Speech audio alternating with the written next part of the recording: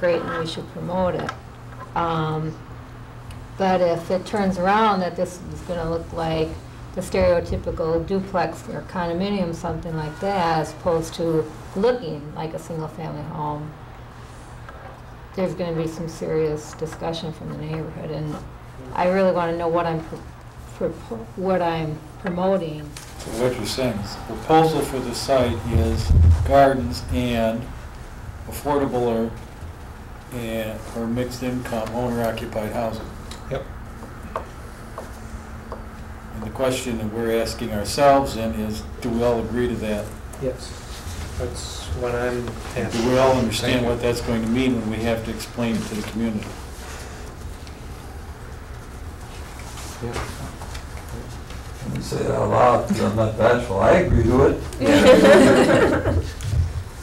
After more discussion, the steering committee invited the land trusts to work with the coalition on a development plan that allotted 10 acres to green space and 5 acres to affordable housing to be financed by the land trust.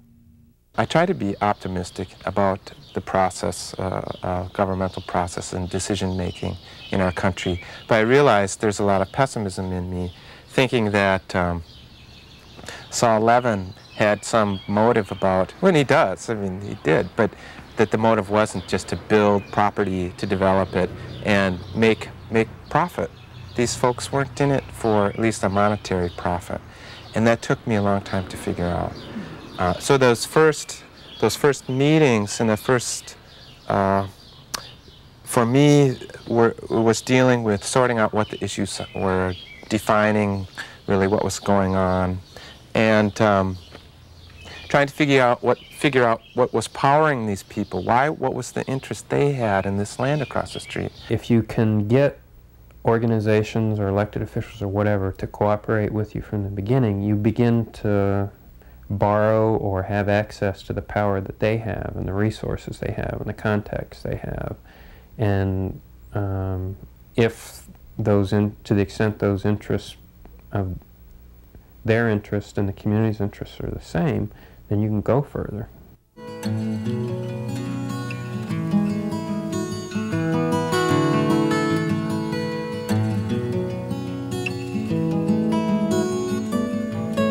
Over the course of the process, the discussions about developing the land into housing continued to raise tensions.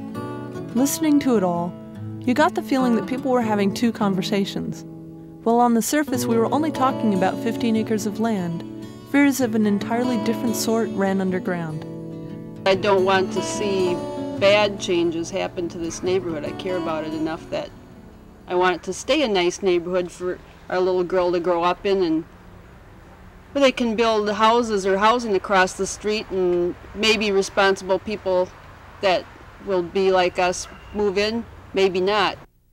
One of the unspoken issues behind the housing debate had to do with the fear of another Vera Court. Making me really angry for a while that people were using the term low income as a euphemism for a minority member. I don't know why they want to say low income. They should come out and say we don't want them black folks over here. You know what I mean? Just plain and simple. While the North Side as a whole had always been known as a working and middle-class community, it had never experienced the kinds of challenges faced by Vera Court's predominantly minority low-income residents. Before we started working, trying to break down the barriers of crimes and everything over here, you wouldn't want to live over here. You wouldn't even want to walk in the streets. The owners didn't want to do nothing. They couldn't do anything because they were taking the money as fast as you could give it to them, putting it in other places. They wouldn't put it in Vera Court. It's not so much how much money people are making. It's not a class issue. It's more of an attitude issue for me. If there is rental units across the street, it's more likely those units are going to run down faster than if people who live there own them and have some investment in them. That's the issue for me. Steve Roffler and Betsy Tuttle were Northside residents interested in an alternative living concept known as co-housing. They were part of a group of Madison residents searching for land on which to build Madison's first co-housing development. When they heard about the property on Troy Drive, they asked to join the Troy process. When you put a lot of people in the same social condition, an enormous number of people together, you can compound the problems that that particular group has. I feel that mixed income housing is really a very positive model, and that's something I really like about this neighborhood, the Laerdal Park area, is that you do have a range, already have a range of incomes from people living on the lake to some very low income areas in that larger area. If you can make that happen within a development of 30 housing units, that you have a range of lower income to middle to higher income, then the problems of any one group sort of taking over an area and becoming dominant just no longer happen. Co-housing is a group of people that come together with the express purpose of creating a community to live in. It's a social form that people come together to decide how they're going to live together and do it for their common benefit. And it has some special features that people use in common.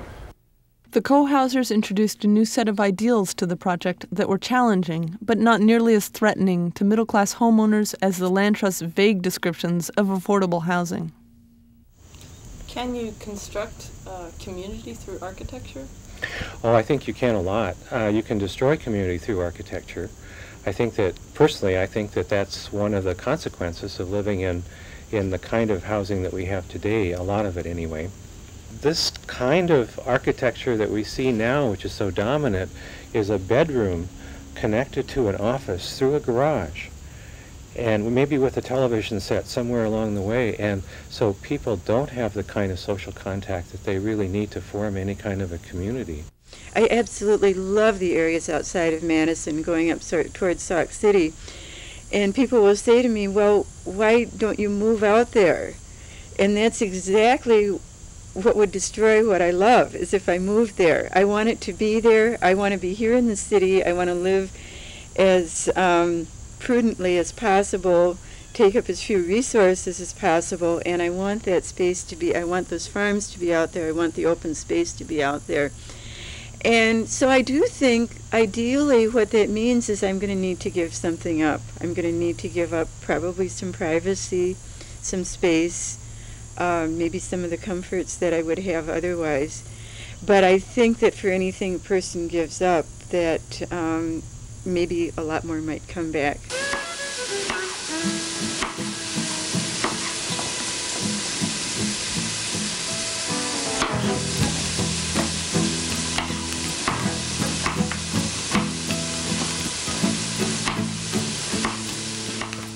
Participating in all this felt a little like standing on the tip of a gigantic barge being pushed upstream. Slowly, ever so slowly, the plan developed a momentum all its own. In mid-July, after 5 months of work, the steering committee finally unveiled its site plan for the Troy Drive Community Gardens. The plan called for 30 units of cluster housing, 2 parking areas, a network of paths and interpretive trails, an orchard, and over 5 acres of community gardens and demonstration sites. Despite their positive feelings for the plan, gardeners and residents insisted that the steering committee take the plan back to the larger community for approval. We had changed our minds on so many issues, it was hard to say whether the plan did any justice to the community's original intentions. In July, the steering committee held a series of media events, community celebrations, and neighborhood meetings to show off the plan. Good morning, everybody. Much to our surprise, the plan was a hit. In talking to people, steering committee members realized that many Northsiders knew more about the project than we'd assumed. Our loose, informal outreach efforts had worked better than anyone had expected. This is what it's about. This is what it's about. We're cultivating community. On August 9th, the steering committee headed downtown to present the initial development plan to the City Plan Commission. Speaking of another opportunity to preserve green space. Again, we were successful. Commission members, used to hearing nothing but complaints from neighborhood groups, were speechless when faced with a neighborhood-driven, multi-use development plan. At that moment, things seemed so good you could taste the victory like a ripe tomato. We'd done it. Against all odds, we developed an inclusive process of our own design. We'd incorporated ideas like co-housing, permanent gardening, and a land trust ownership model, and we had presented the plan to the public and won broad support. On their own, each of these things was a miracle, but altogether, in 1 year, it was delicious. But more delicious, more miraculous, was the intangible sense of optimism that now coursed through our streets and our gardens. We were no longer satisfied to sit back and worry. We wanted to be involved in our community's future. What we've set out to do has happened, which is people feel like this is their property now. Even though nothing has changed in the real world, that property isn't even up for sale yet. No ownership papers have changed hands, but a shift has happened in the group and those of us who have been involved. We suddenly feel it's our property. That's what you want to have happen from a neighborhood organizer's perspective, is you want people to take ownership of a piece of property and issue a neighborhood and say this is ours.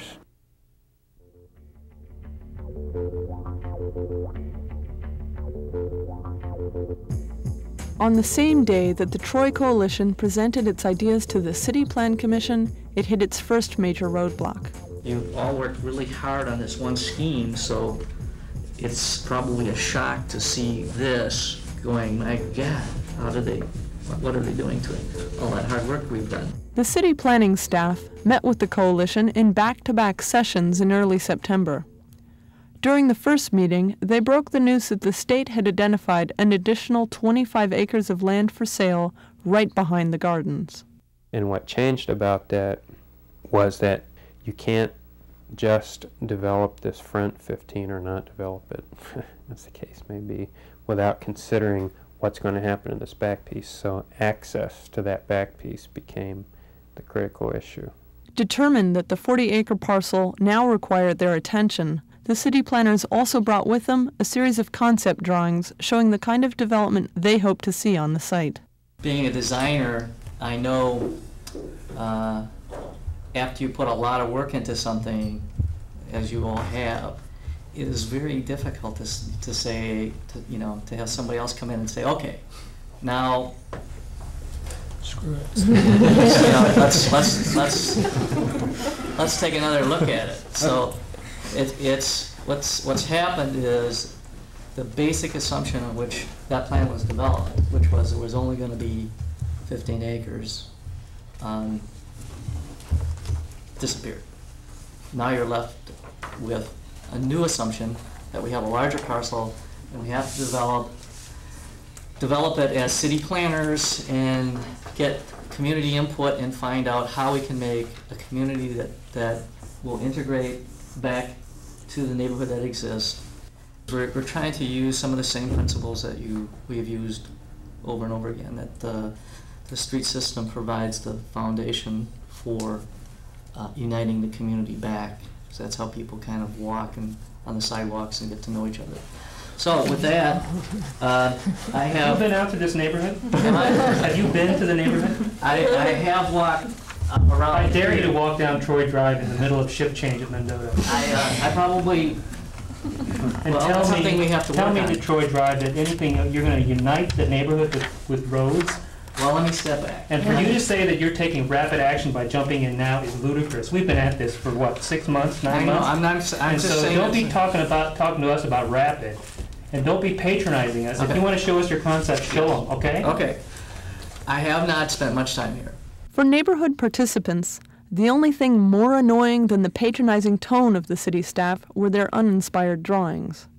In each, the Troy plan was plopped down on top of a grid of housing that looked just like the sawed-off site we all hated. The 4 concepts that are presented are all housing and are all in the anticipation of developers wanting to put in housing units. It brings to the forefront of my mind the question, who's the constituency here? Is it the developers? Because that's who the city is responding to. I was amazed in that everything they did, and each plan did more violence than the one before it, but everything they did was geared to that area to the north, being streets and housing, period. Does it ring like Southhoff? It sure did to me. And they're saying that, and you have to provide the access to that, so that 10 years from now you won't be able to tell that from the rest of the neighborhood. Hell, what we did is designed to make this area different from the rest of the neighborhood. I like that. I didn't feel that there was a lot of sincerity on their part, and I also felt like we were speaking at cross purposes. I felt like for us, development doesn't necessarily mean housing, but for the city planning staff, the word development equals housing. In the face of community opposition, the city planners withdrew their concept plans. But the roads requirement was a lot bigger deal than the concept plan had ever been. The city staff showed no interest in retracting that requirement. Without the roads, the rear property was worth nothing. With roads, the rear property could command close to $500,000 on the open market. If developed into housing, the land would generate tax revenues to go back to the city coffers. A very nice quid pro quo. Later, I met with Assistant Director of Planning, Brad Murphy, to hear his take on things. Land is an extremely valuable commodity, and when you have a parcel of land situated like this one, where it's adjacent to existing development and services are immediately available, it wouldn't be surprising if there was a lot of interest among the development community in this 40 acres of land. If development were to occur on the Troy Drive frontage, and there weren't provisions made for the possibility that services might have to be extended to serve eventual development on the rear portion of the property, essentially we would we may end up costing someone a hell of a lot of time and money in order to address problems that would be created by not planning for that possibility right now. Essentially, we wouldn't be doing our job. In a late September letter to the State Department of Administration, Madison Mayor Paul Soglin formally restated the city's preference for housing. With this letter, the city drew its line in the dirt.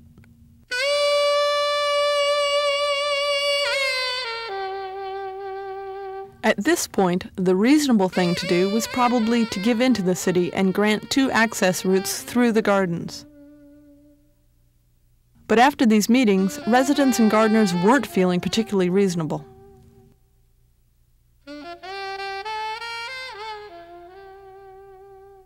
Are we dead in the water now? No, we're not dead in the water.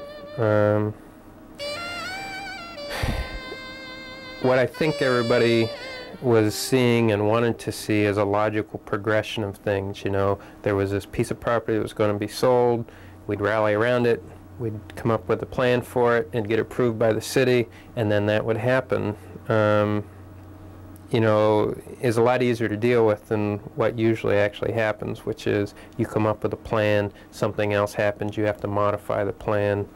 So where we're at, I think, is just having to shift our vision a little bit to a larger piece of property. Already nervous about how much time this process was taking, the land trust directors expressed their concerns. I don't want to be working as hard as I've been working and as hard as everybody's been working on this to create an opportunity for another outside developer to come in and skim the community and skim the city and skim us and ride in on the work that we did and make a lot of money off it. That's not what this is all about. I've heard it said several times, and I just want to make sure it's on the table and that we have total consensus. The one thing I'm most concerned about is we're going to lose this site to the highest developer. So we can take steps for site control so that that doesn't happen. And we can do it jointly with the city. And I just wonder, is that also this group's first and foremost concern? Now there's 40 acres, and the land trust was beginning quietly at first, but louder later, expressing doubts about whether they could pull it off on their own. And there wasn't a clear way to move forward to continue to balance the people that said that should stay open space too, versus what seemed to be the reality of that's going to be much harder to pull off than the front part. After a lot of talk, the community members stuck by their guns and voted to start the process over.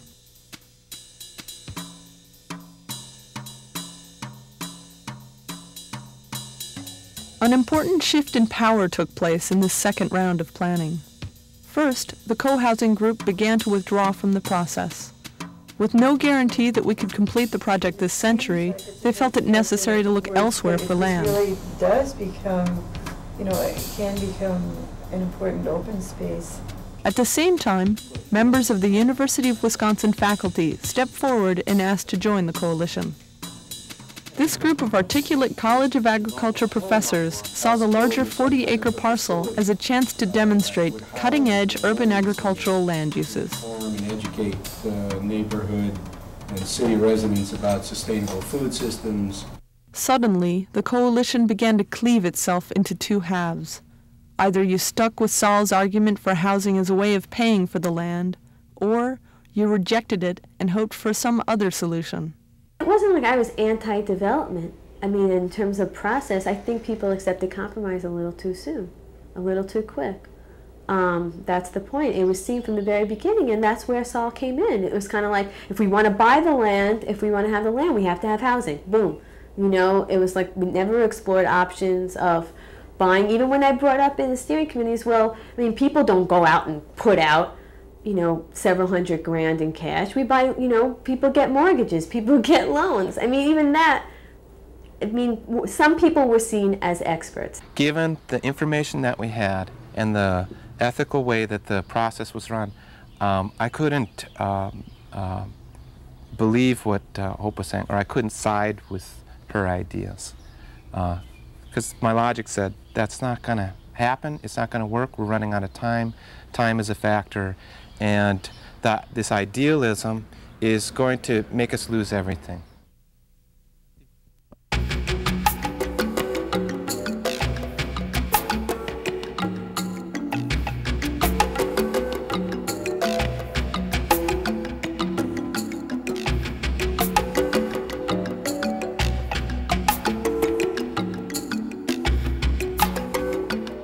It took until early December for things to finally come undone. Hoping to move the process forward, architect Lou Hostoblonsky prepared 5 contrasting site plans. Each plan showed a different mix of housing, open space, and gardens. Again, the designs helped to jumpstart the discussion. Away from generalities into specifics, because we need to move forward, because if we don't have some plan that most of us agree on by, pick a date, February, March, April, May, June, we may have lost the opportunity to accomplish anything except to respond to what somebody else comes up with. Hope Finkelstein broke the ice. Let's figure out more ways. Let's push the direction that we can, responding to community needs, can maintain and push, maintaining more gardens, preserving open space. I see E as the tip of the iceberg. I'd like to push E out. What do you mean the push, the tip of the iceberg? Well, in terms of I'd like to look at E and I'd like to see I. I'd like to see FGHI plans. We can look for the future through a kaleidoscope or a telescope. We can look at the pretty colors, or we can look for where we're really going. And I mean, E's wonderful and fine, but how realistic is it? I mean, we have to get something on paper for the city to buy in. I mean, we've been talking about what we want on the land for more than a year now, and for people to be in the room and to be saying that we're obsessing with the dollar and not looking at the vision, I think is unfair to everybody in the room and all the hard work we put in. I think our goal tonight should be to look at these drawings and see what's most realistic, what is the city most probably going to be on board for. Sure, it's our city, but it's like being on an ocean liner and saying it's our ship. How are you going to turn that thing in the middle of the sea? There is, if you will, a reason why this land is put up for sale. It was to get some proceeds to the state, and the maximum proceeds come from a development scenario. Well, this is not zoned high-rise apartments right now. This is zoned conservancy. Let's keep it zoned conservancy. Why can't we keep it that is a political process, which is amenable perhaps to some under-the-table kinds of stuff, but if we can mobilize enough people to say, keep it zoned conservancy, then we don't have to pay all that stuff. With all due respect, on that subject, you don't know what you're talking about. Well- Leave it go at that.